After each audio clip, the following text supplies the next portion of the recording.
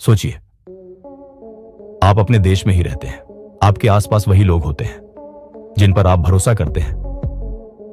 लेकिन अगर मैं कहूं कि उन्हीं चेहरों के बीच कोई ऐसा भी हो सकता है जो आपकी हर जानकारी, आपके हर सीक्रेट और यहां तक कि देश की सुरक्षा तक दुश्मनों तक पहुंचा रहा हो, और सबसे डरावनी बात यह है कि उसे आप कभी पहचान भी नहीं पाएंगे।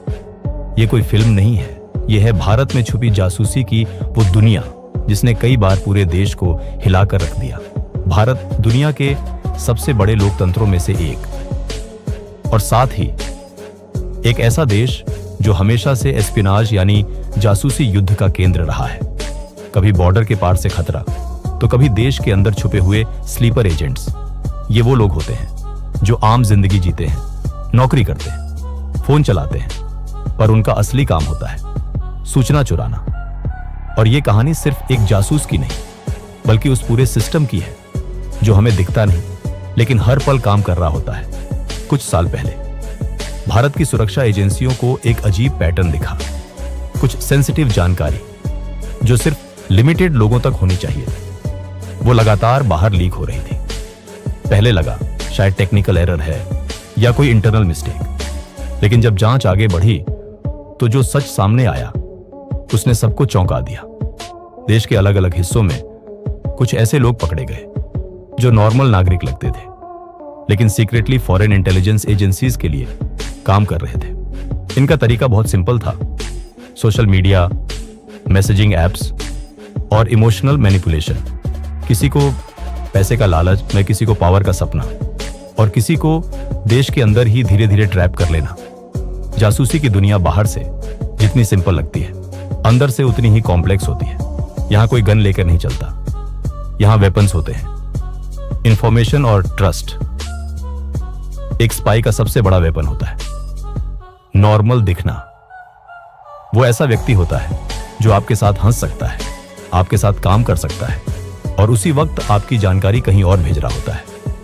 भारत में कई मामलों में देखा गया है कि स्पाइस ने मिलिट्री डेटा से डिफेंस लोकेशंस और स्ट्रेटेजिक मूवमेंट्स तक एक्सेस पाने की कोशिश की, और यह सब हुआ बिना किसी मूवी स्टाइल एक्शन के, बस मोबाइल फोन्स और डिजिटल नेटवर्क्स के जरिए। लेकिन हर कहानी में एक मोड़ आता है।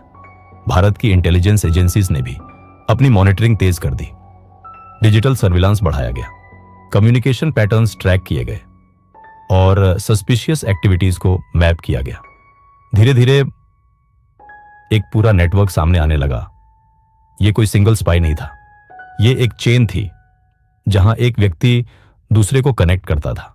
और सबसे शॉकिंग बात यह थी कि कुछ लोग अननोइंगली भी इस नेटवर्क का हिस्सा बन चुके थे।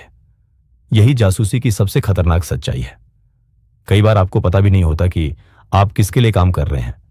जैसे जैसे जांच आगे बढ़ी, कई अरेस्ट हुए और कई नेटवर्क्स एक्सपोज किए गए, लेकिन असली सवाल अभी भी वही था। क्या हमने सभी स्पाइस पकड़ लिए हैं, या फिर कुछ अब भी हमारे बीच मौजूद हैं, साइलेंट, इनविजिबल, वेटिंग?